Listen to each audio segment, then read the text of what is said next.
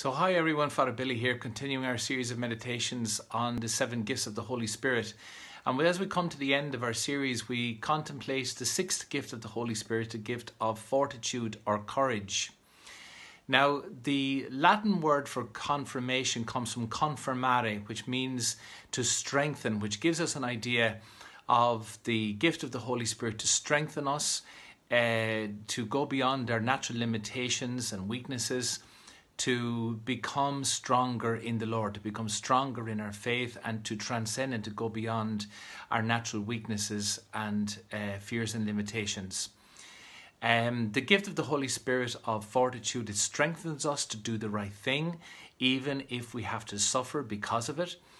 It gives us the gift of courage to withstand violence, rejection, and abuse that might come because of our faith convictions. And it also encourages us to be faithful when we're tempted, and not in a kind of white-knuckled resistance kind of way, holding out and not being changed by what we are tempted by. Temptations are also an opportunity to grow in virtue, to grow in the Lord, to grow stronger by that gift of the Holy Spirit of fortitude and of courage. Of course, when we look at the life of Jesus himself, we cannot but admire and be inspired by the man of courage that he was. Neither praise nor criticism controlled him. In the face of persecution, and as he lost popularity towards the end of his ministry, he didn't dilute his message. He didn't change his preaching or anything like that, even though the consequences of doing so he knew would lead to his violent death. And as his death loomed before Pilate, he was smart and clever enough. He knew that if he had played his cards right and been prudent and said the right things, he might have escaped condemnation and death. But Jesus, faced with the threat of violence, he didn't back down. He was a man of courage to bear witness to the Father's truth, and that is what he was sent to do.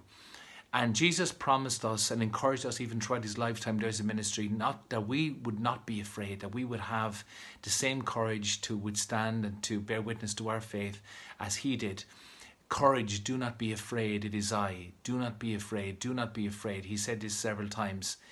And if you look at the example of Peter denied Jesus 3 times, not because of lack of faith, but because of fear. But after Pentecost, we see a very different Peter transformed by the Spirit's gift of fortitude and courage. He wasn't afraid. He proclaimed the truth of Christ, irrespective of the consequences of what would follow.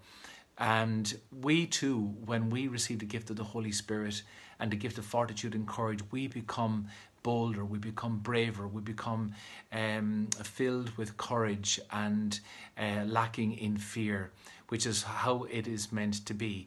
And in the recent times, in the recent popes, they've encouraged us also not to be afraid to engage, to proclaim the gospel boldly despite the consequences. Pope John Paul II, of course, his first homily as Pope and right throughout his life, to young people especially, don't be afraid, do not be afraid. Open wide the doors to Christ and be his missionaries in the world, be salt of the earth and light to the world.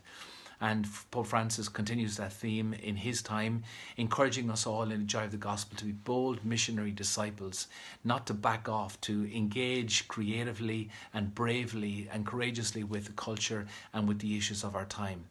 So my dear friends, these are just some of the things we could say about the 6th gift of the Holy Spirit, the gift of fortitude and courage.